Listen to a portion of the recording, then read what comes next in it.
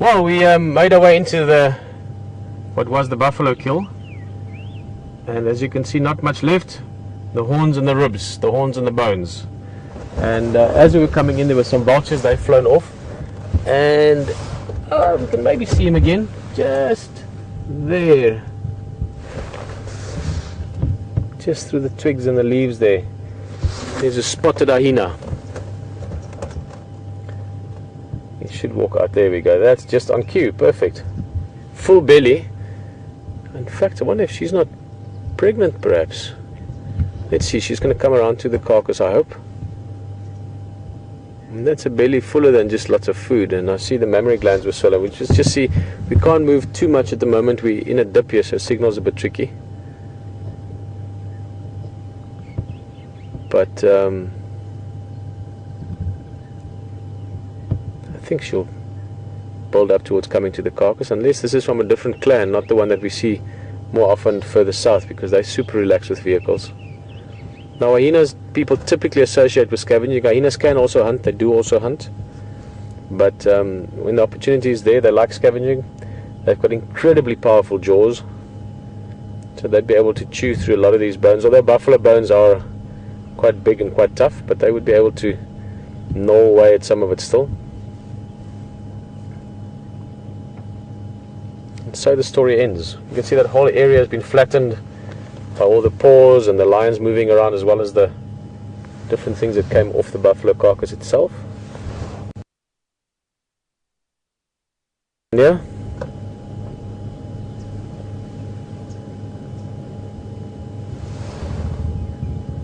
Just looking at it.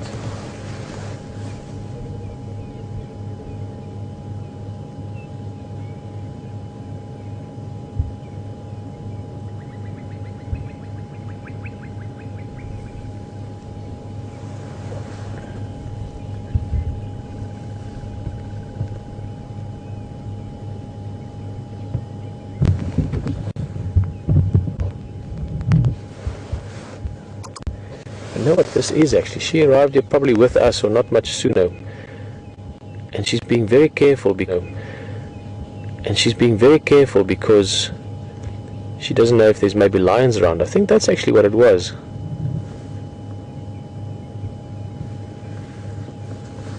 I think that's exactly what it was. You can see she's looking around a lot, checking all the time. Especially, as I said, it does look like she's heavily pregnant.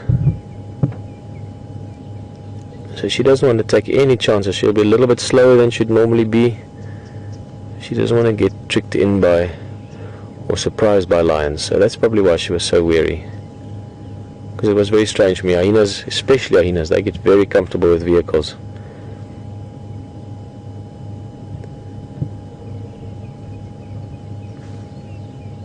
They're awesome animals. I like hyenas. Still looking around a lot.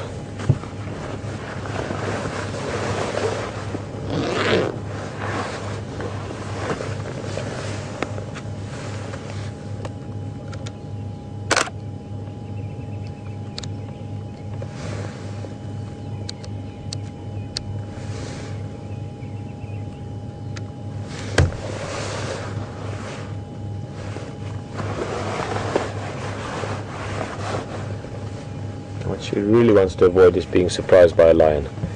Lions often, if they get the chance, will kill hyenas or injure them. Other way around as well, make no mistake, hyenas also get hold of lions sometimes. But in general, there's not a lot of love lost between the species.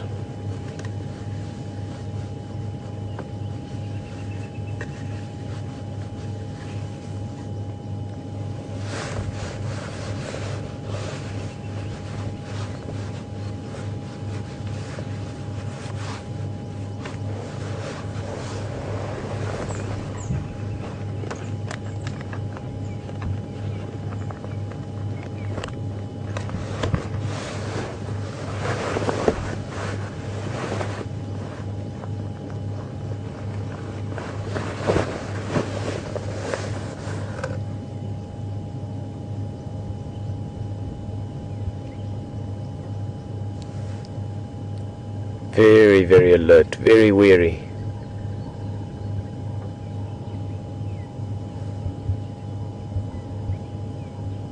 You can see how that spot pattern helps to camouflage and break her up. She's right there in the little gap there. But the shape of the body is all broken up because of those spots. And that's essentially what camouflage is. Well, the first rule of camouflage is just not to move. Stand very still. I've experienced that many times firsthand with walking in the bush. If you just stand very still, often animals won't see you. Obviously then coloration and markings also play a big role. But being still is the first rule of good camouflage.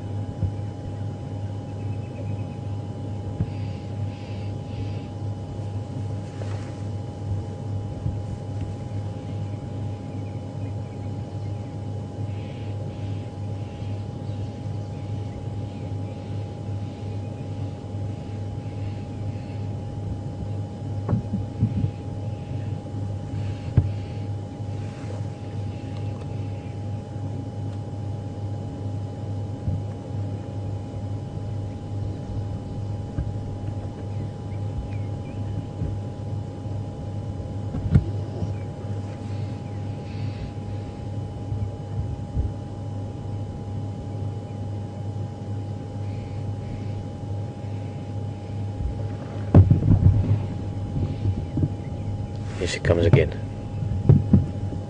Reevaluated, reassessed, checked everything again, seems safe. So now she's gonna see if she can give a few nibbles of food off that.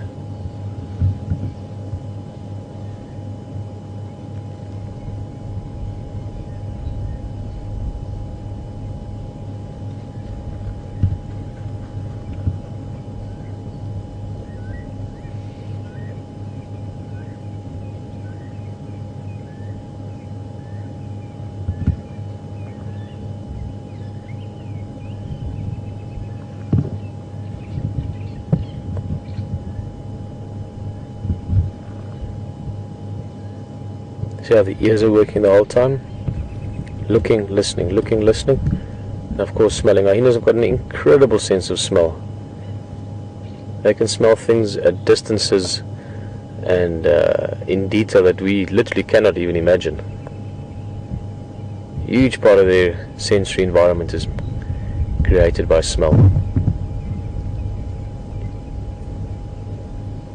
She's still wary. Keep in mind, for her, the presence of lions here is so visceral, it's so real, everything except for the actual lions. In terms of smell, I mean, on the carcass, everything here has just been lion tracks for the last 3-4 days, so all she's smelling is this massive lion, and she can see that she doesn't see them, but she will probably not be able to smell them even if they walk in, because everything just smells like lion here. So she has to rely only on her hearing, on her sight, and I think that's why she's a bit nervous.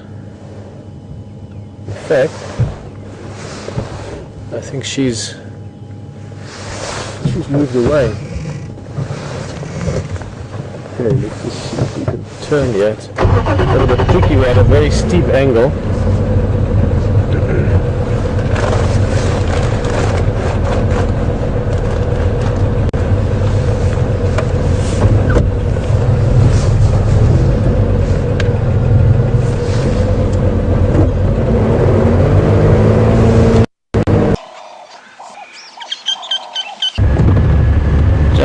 Heading along here, we're going to cross. Oh yes, leopard.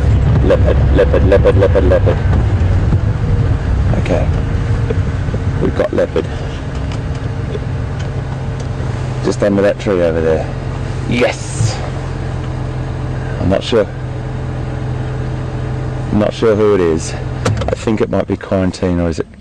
Just gotta have a look through my binoculars. I can't see her face. But we've got leopard. Oh yeah, you beauty. Let's have a look who it is.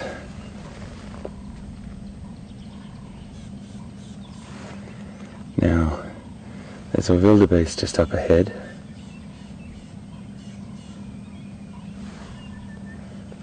I can just see. Wildebeest has spotted him. I think it's, oh goodness. He's planted something up the tree. I think it was a baboon.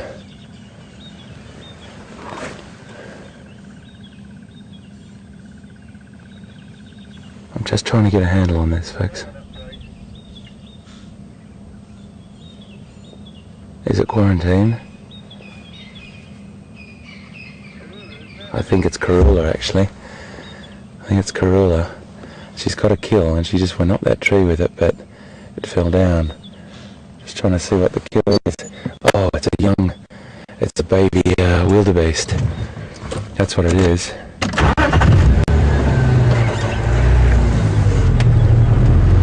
It is Karula.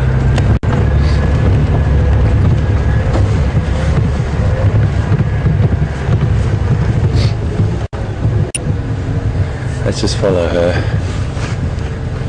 I can still see her. Very thick country through here, folks, so you're going to just have to bear with me.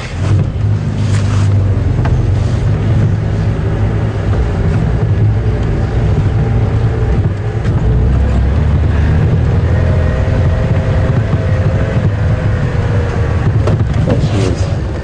There she is.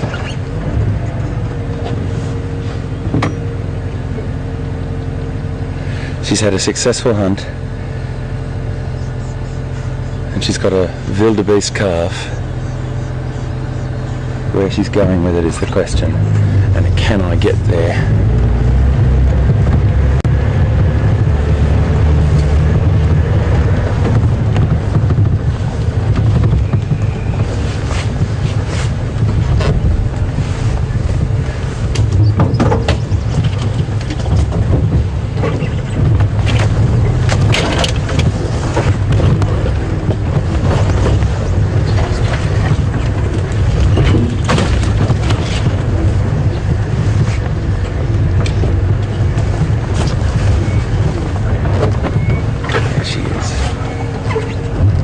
Going to come through here, folks. She's coming through just now. There she is.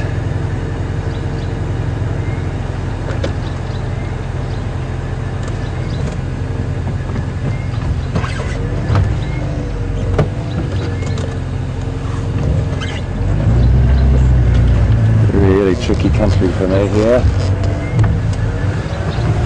Goodness gracious, where am I going to go here? Okay, let's just have a try across here. She might be going for that marula tree over there. Just don't want to lose her. Just going to drop down into this.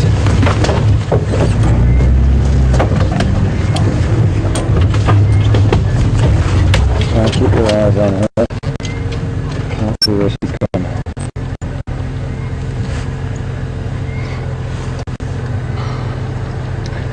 I'm just below the Central Road, between Voyatella Dam and Central Road, quite close to where we saw Quarantine yesterday morning.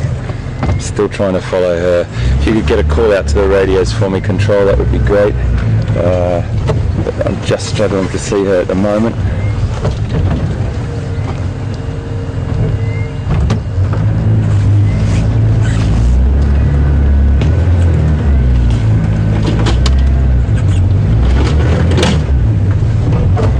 She's gone down into the drainage line.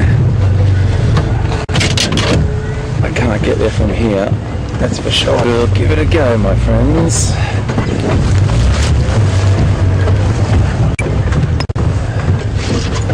Watch the aerial here. There she is, there she is. There she is, up that tree. Yes! Up that tree.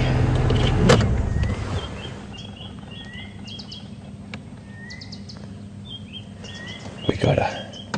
There she is, just at the bottom of the screen there. Perfect. Well done. Okay.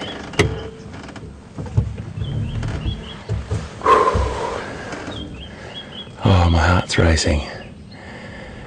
There's this adrenaline that suddenly rushes through you when you spot the leopard and you get into this incredibly thick country and you got to try and find her. It's not the, excuse me sniffling, but it's very cold this morning. It's not the issue of the country and the driving, it's the issue of losing her.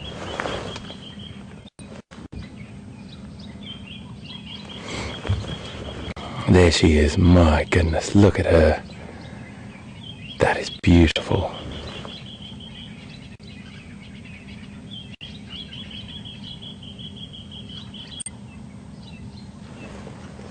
She's got to be about 10 metres, 30 feet off the ground there.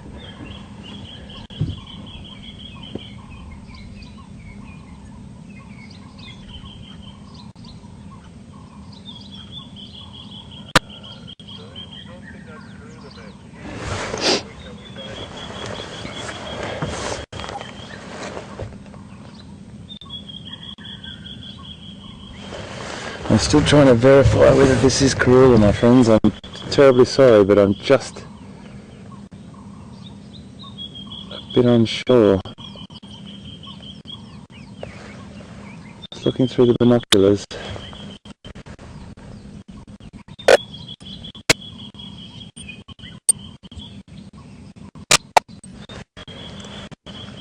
Just bear with me, it's very difficult from where I am, but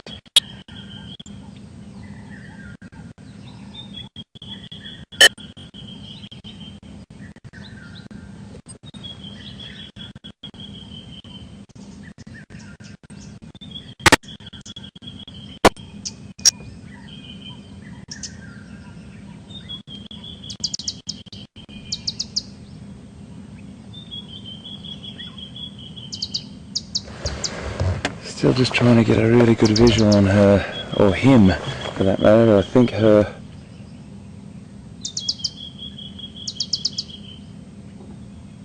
really tricky from where I'm sitting.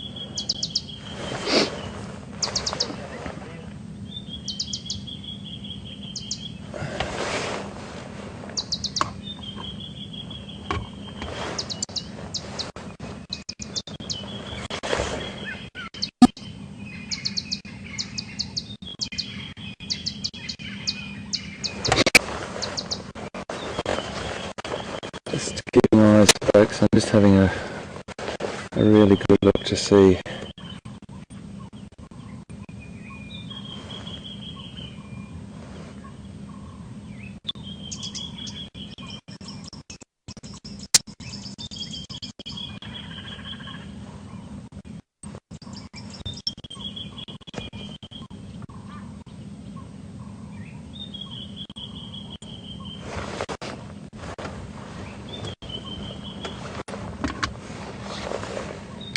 WildEarth to all radios, we're in between Central Road and Vitilla Dam, just on the drainage line,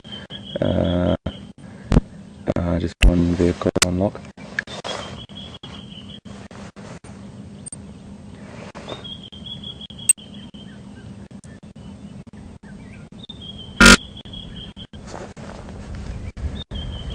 This is a beautiful encounter. I'm unsure.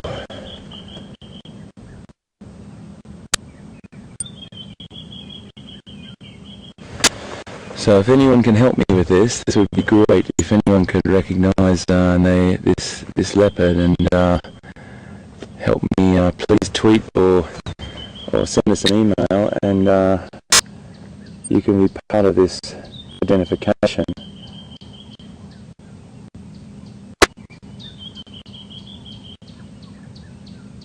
Isn't that beautiful?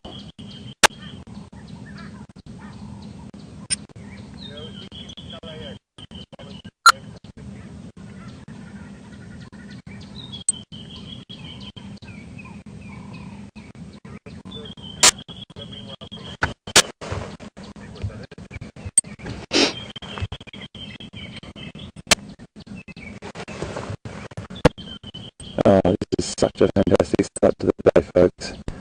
And I'm pretty sure I'm hearing through the radio that Pete's got another leopard. So, you never know. Oh, isn't that magic? Isn't that beautiful? Sheer. Look at that.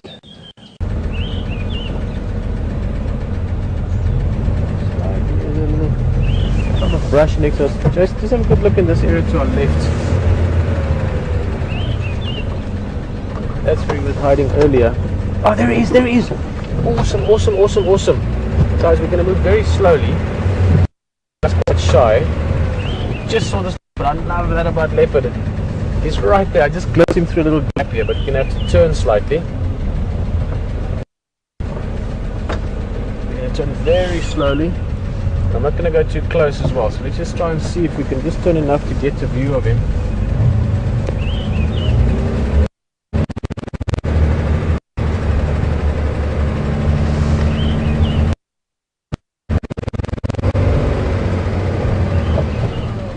Walk through the twigs. I'm just going to slowly get him used to us. You see him? Okay, I'll go straight in where you are now. Do you see him? It's got him. It's going to be through the branches.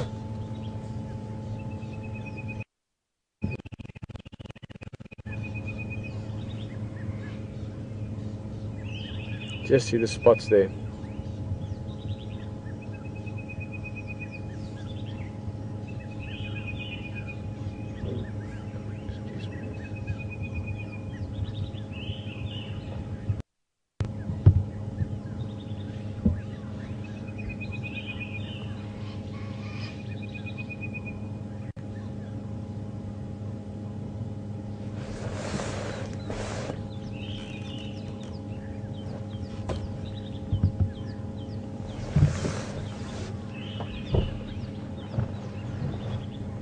Okay, we're going to just very, very slowly sneak up on him.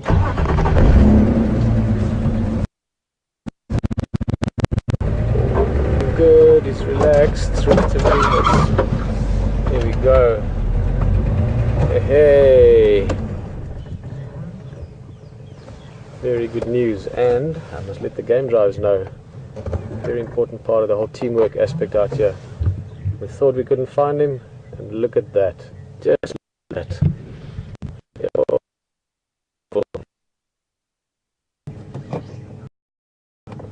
Perfect. Guys, welcome back. A bit of breakup. We're in some difficult terrain here, but we found another spot and actually a better view. Just look at the beauty here. Yo, what a cat. Amazing color eyes. Just have to finish the radio talk conversation quickly. Someone come to join us. See the little branch on the track, and then you turn 90 degrees off. The road sort of snakes in a little bit. It's not very far. You should be able to see me as you approach the donga, and then you can see from up there, or you can follow the tracks along and cross through to.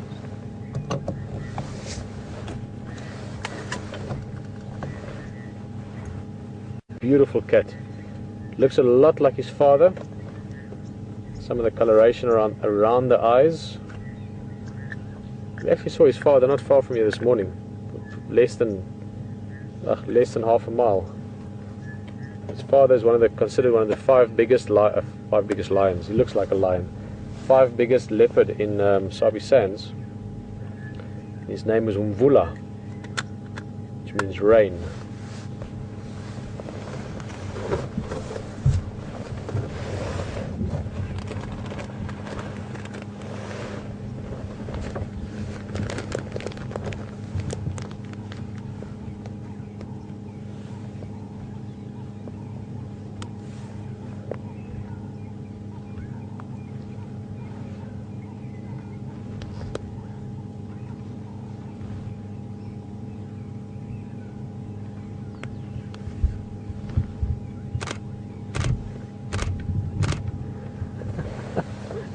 That's awesome. He was so shy this morning, now he's getting a little bit playful almost.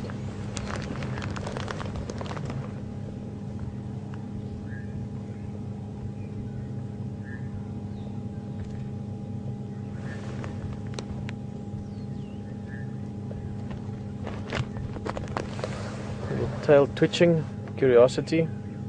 I mentioned this morning that this leopard's very habituated to vehicles. I mean, we followed him the other night and he was not bothered by us at all in thick terrain. But he seems to be very aware of, and this morning seemed a little bit wary of, and this afternoon he's starting to feel like curious of the camera lens. Quite a big lens on the camera that's essentially the eye from the vehicle, and it looks like a big eye and it reflects light. And I think that's what sort of had him a bit aware of us this morning, and it seems a little bit curious now. So that's good news. It means this guy is quickly getting used to us. We would love to see more as well. Kunyuma, one of Karula's 2 cubs, now sort of on the verge of becoming independent. Well, he is actually independent. He's catching his own food already, but he's still staying in his mum's area.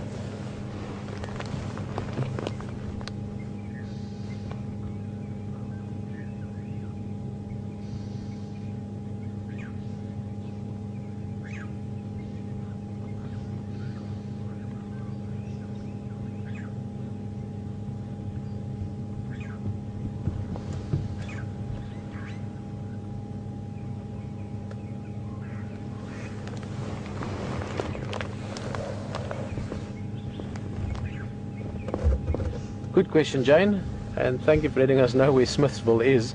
I wouldn't have been able to guess. Close to the Niagara Falls. Jane's just asking about his kill. Would he have moved it? Would he have finished it? And the answer is, I don't know. I don't think he would have finished it. It wasn't very big, but it should still last him for a day or so. I think he might have moved it. Maybe it's just, it is small enough that maybe he's tucked it into a fork with a tree and we just couldn't see it. That's quite a big tall tree as well, so that could also be it. Right, any copy?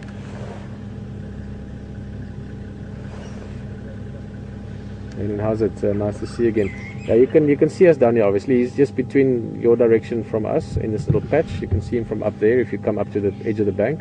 Otherwise, there's a little trail just along the sort of skirting the bank, and you'll see there's a crossing point, and you can follow through there. No, it's Kunyuma. One of the 2 youngsters of Karula. We saw him Vula this morning, just in the dip, Gari Katlan Junction, Buffelshoek boundary, but he headed north into Buffelshoek.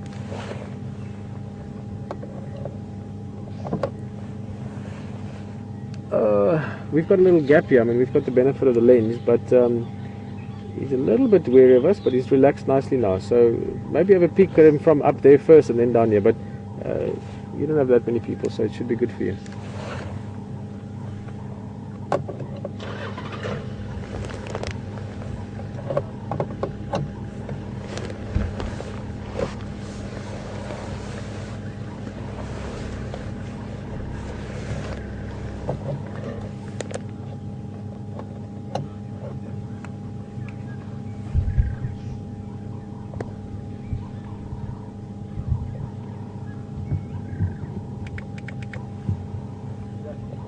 Look through the leaves. Yeah. It was amazing, yeah. Guys, this is Vernon's a great guy. I've known Vernon for a number of years now. He does a lot of really great motivational speaking as well. Just a lovely guy, and he's just commenting on that wild dog experience we had about a week or so ago. That amazing hunt that we saw. And it's quickly spreading, the story of that. I'm going to move very slightly.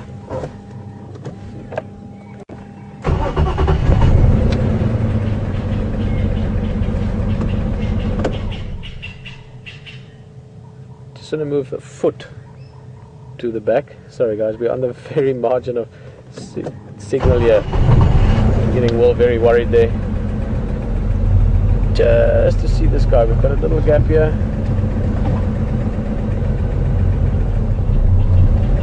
There we go. Oh, just look at that.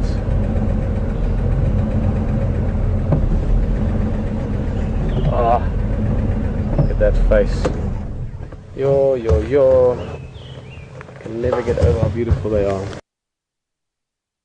Just look at that.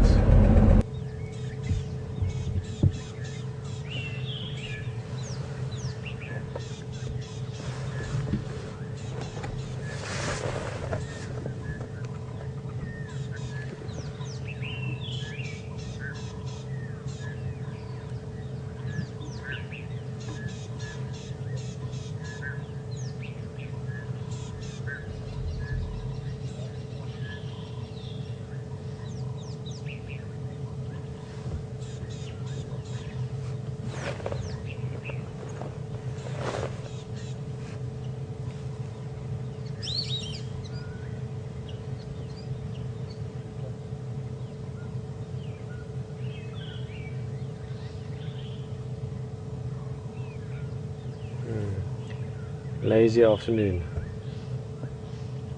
Eyelids getting heavy.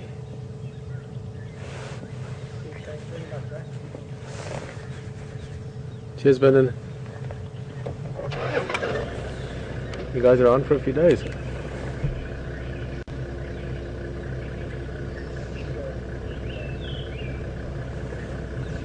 Staying up in Manuleti, but we're out every day, so we'll catch up tomorrow on the drive somewhere and take it from there.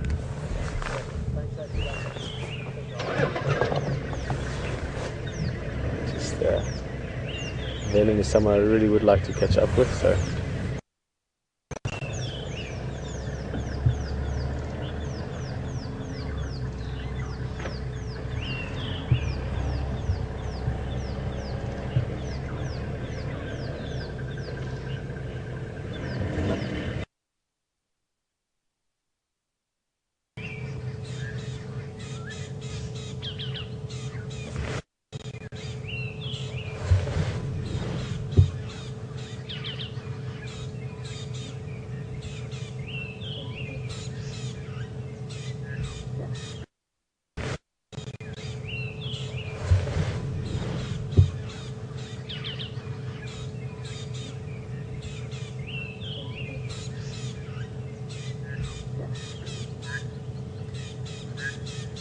Hello Natasha from Brighton.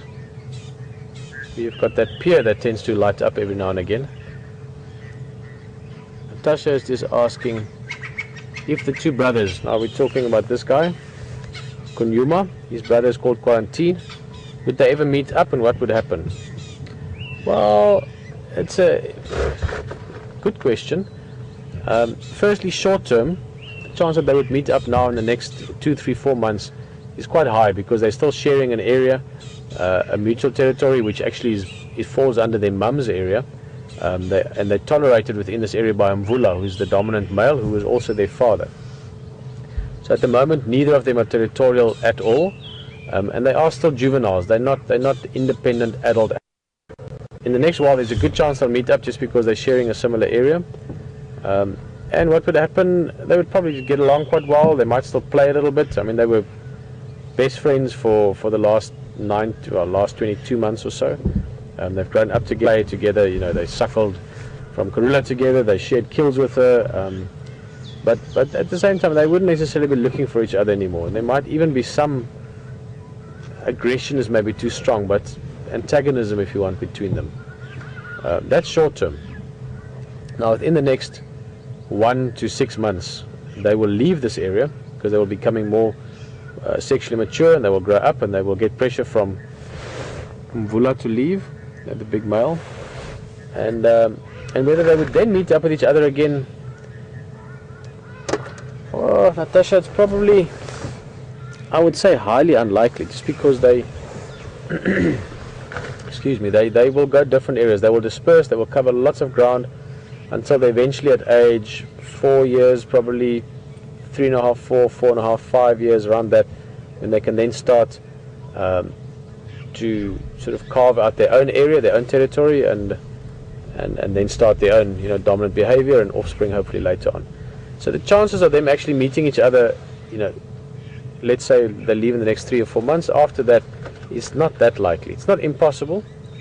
How they will get on then is also a little bit open to see. I mean, we are still learning new things about leopard behavior all the time, but I would think that they would recognize each other, certainly practice into it,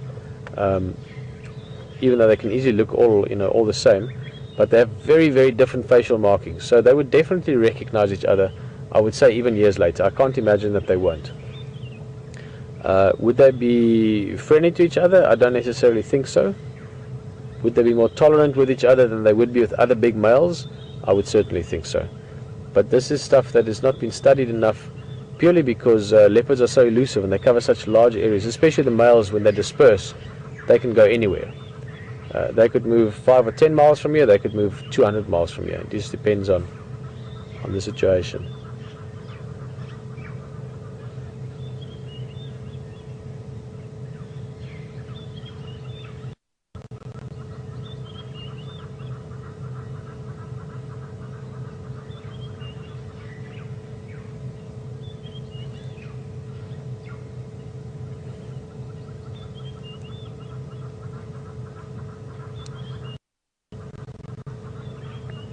That ties in perfectly with what we're talking about. Pamela, hello Pamela, just asking if Induna are still around. Now, those are two amazing cats. We spent a very special time with them, saw them grow up.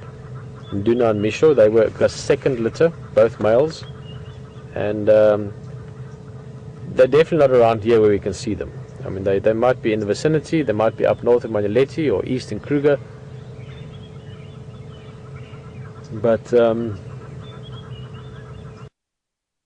discuss these males, they disperse once they become old enough, and they could go anywhere. I have thought about them quite often. I would love to see those two again. We spent many amazing hours with them.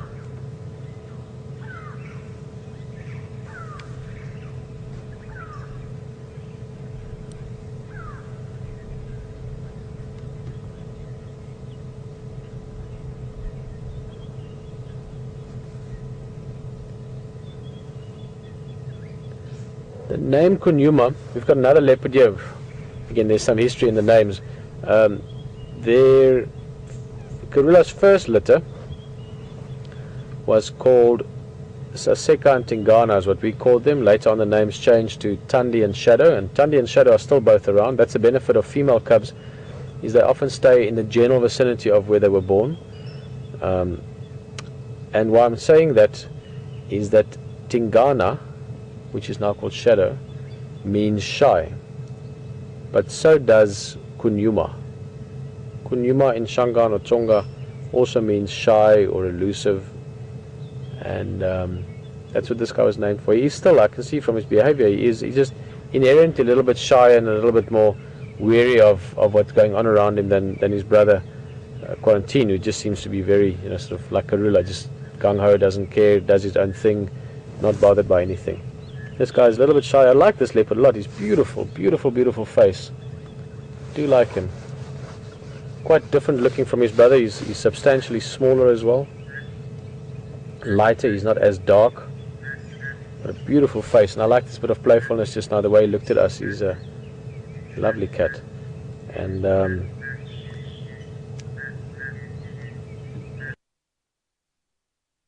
Canada. What's your name? I'm so sorry, I forgot your name. Well, and then will help me just now. But that's just to answer the question.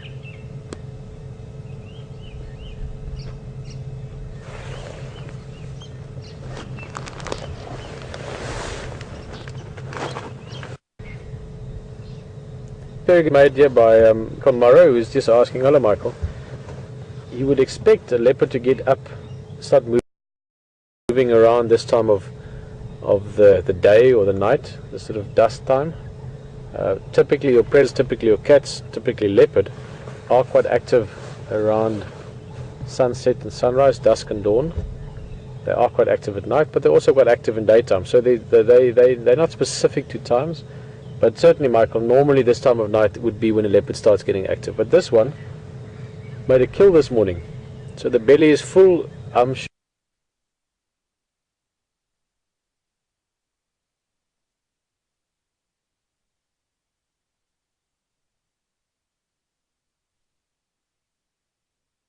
to do. If they're not busy eating, if they're not busy feeding, they need to be patrolling their areas, scent marking, making sure they don't allow other males in, making sure that some of the females in their territories aren't perhaps an estrus. So they've got a lot of things to do. This male only has sort of surviving for now to do, and what I mean with that is he's got to hone his hunting skills and get ready to ultimately become totally independent, which will be happening anywhere in the next sort of 1 to 6 months or so. So right for this moment, this leopard's happy just to enjoy having a full belly and a nice place to sleep.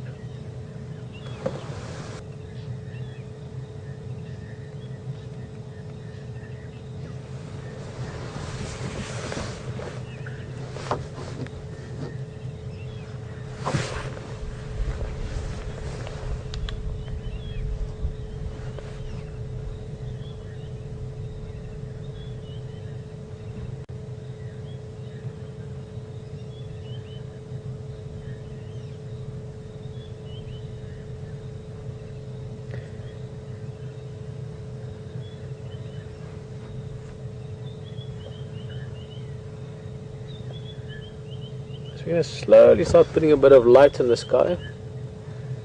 Now they do see lights very often with the game drive vehicles. Just to get a little bit more of a view there for us. Oh, there we go, this light's quite bright. Pamela from Phoenix, hello Pamela, just asking if leopard would ever sleep up in trees, or whether just use it for keeping their food in or the kills in. Well, they definitely use it for keeping the food in, because if they stash the carcass up in a tree, it's not likely to be stolen by things like hyena and lion. They do sleep in trees as well. Pamela, they again, in the Sabi Sands I see leopard more often sleeping on the ground, but leopards do often sleep in trees. I've seen leopards sleeping in trees here. If there were hyenas around now, which is not impossible to start happening at any minute, this guy would be up in the tree sleeping there as well. So they do that, but a lot of the time they just sleep somewhere sort of tucked away in the bush.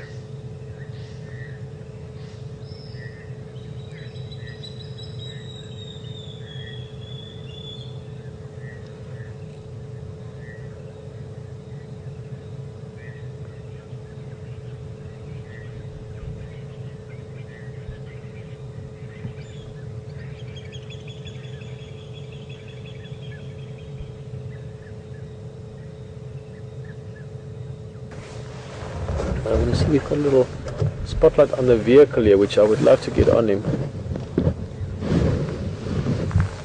Which means I'll have to just turn slightly. I'm going to stay here for the rest of the drive with this guy. It's just such a good opportunity to get him used to us, for us to get to know him a little bit. But if all goes well, we will see this guy again over the next weeks. And when a better chance than now to get him used to us. Also, it's not very busy. There's not many other game drives wanting to join. But I do need to turn a little bit. Oi, sorry, mister. Also good for him to see that we are moving slightly, you know, that he doesn't forget that we are here. Just going to try to get a bit more light on him. Can I turn that side behind me?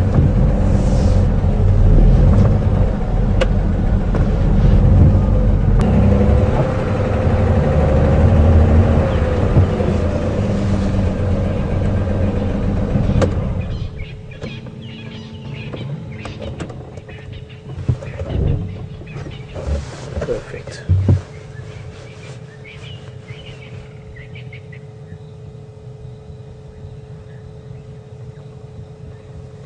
More sort of practical question out of Thousand Oaks.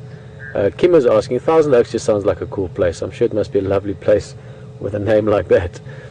Kim's just asking if there are any lodges close by. Definitely. There's a number of lodges in Sabi Sands.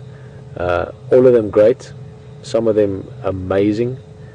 And close by, one of my favorite places in the world probably is Voyatella. I've got a long history with Voyatella. I've had a lot of amazing times and experiences and years in the specific area, Juma Game Reserve. And that's quite close. In the specific case, very close. In a straight line, probably 400 meters, less than half a mile. Voyatella has got two lodges, Voyatella and Galago, and they are really cool. If you ever come to this part of the world, you should look at it. I've got quite a nice way of staying as well. You don't just book a room like with many of the other lodges, you book the whole place. Stunning place. Great guides. I know both the guides very well. Aubrey and Texan are the two main guides here. Lovely guys. And then the other one that I would like to mention, because we're driving in the area, it's not so close to us now, but within a few kilometers, is Aratuza. Also a beautiful place, massive big waterhole in front of them. Lovely lodge. I've gotten to meet the guides more recently. Really great bunch of guys there, and lovely place as well. But Sabi Sands has got many fantastic lodges, all of them which will give you not only an amazing stay but amazing wildlife experience as well. This truly is such a rich wildlife destination to travel to and to experience.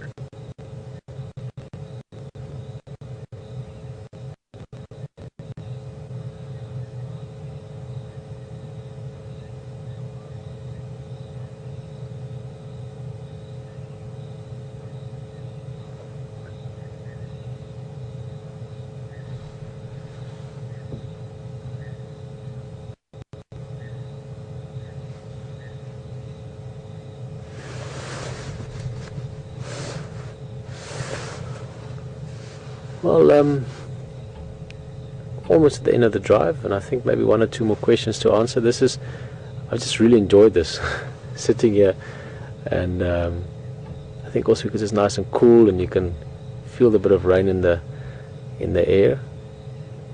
But at the same time, we are so privileged to enjoy such amazing wildlife. So maybe we can end with a question from Lisa, that's just asking if there's any safeguards to protect animals from poachers.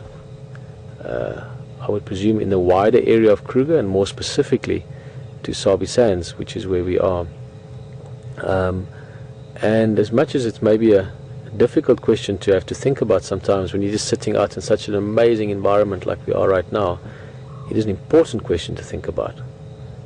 Because if we don't look after these things, if we don't look after these places and after these animals, they might be gone before we know it. The short answer, Lisa, would be yes, there are. There are various steps in place in Africa, in South Africa, and certainly in Sabi Sands to protect wildlife from poachers. And maybe also important to realize that there are different types of poaching. You get a little bit of the sort of for the pot poaching. In other words, someone that's maybe putting a few little sneaky snares here and there to get something to eat. You do get that sometimes still.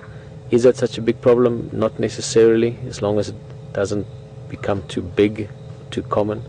But that's very seldom. In fact, most of these places now, places like Sabi Sands, the communities around the area are so involved with the different activities, the lodges and so forth, that they understand what it's about. So the kind of poaching, unfortunately, that's being dealt with here is money poaching, for lack of a better description. And this is something I haven't discussed in depth with many people or friends or guides. I've been living up in Namibia, where we're very lucky to not have big issues like this yet, hopefully never. So this is a question I would certainly like to contemplate more and think about more before I answer it more in depth. But what I mean with money poaching is it's for greed on the ground, and also where the money comes from. In other words, the people funding it. So you might have the person on the ground here that's doing it, and he's getting a tidy sum of money that he could use for whatever. And that person wouldn't be very popular within the population here. And what I mean with that is that the lodges around here, the reserves around here, really support a lot of people, and there's a great positive feel towards it from the people living in these areas. Something that Namibia is hugely successful with is involving communities like what is happening around here. I just think about it now because Namibia has had some really amazing programs in that direction. But yet you get individuals that will quietly, without their friends knowing it, without their families knowing it, be involved in high-end species-specific poaching. Rhinos is the first one that comes to mind for any and all of us. It is unbelievable what's going on at the moment in Africa with rhino poaching. Elephants, the numbers are staggering what's happening at the moment. And do not leave out things like leopard and lion, pangolin. There are some very sad, very worrying things going on with that. But for Sabi Sands, it is very well protected, it is very well looked after. It is there's a big investment. Sorry guys, I'm just listening to all there quickly as well, just giving me another update on something. But it's important to realize, sorry, that was,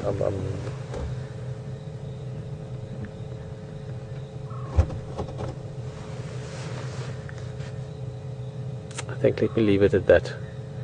It's a bit difficult there to keep my train of thought, because this is a very serious subject for me to talk about. I think, but most important, the lodges, the people that visit here, and therefore they have to look after the resources and put in the necessary steps to look after that. But all the steps you can think of, and many that you can't think of, are being put in place. And specifically in Sabi Sands, they're at the cutting edge of everything possible to look after this wildlife. Fortunately, because there is high economic value to this wildlife as well. And we must realize that, and the more countries that realize, people that realize that these animals are worth so much to us, share with our children and grandchildren. But from an economic point of view, the existence of these animals into the future is worth so much to us that we must look after them. And through talking and through sharing, telling each other this, that we must look after this for all the reasons, all the beautiful reasons, like the generations after us, but also all the maybe shallower but very strong reasons of that these animals are worth a lot to us as potential income, bringing people to come and see them, to share this what we're doing right now. So these are all things to think about, and I'll think about this more, and I will get better at explaining this with you in future, because it is a big subject. And thank you for asking that, Lisa. We've been dancing around this for a little while, and it's something that I know that needs to be talked about, because it's very much in our face. It's right here. Like this leopard, like the massive privilege and the massive pleasure to be able to sit here with a leopard a couple of yards away and just share time and share space. And that's been my pleasure this afternoon.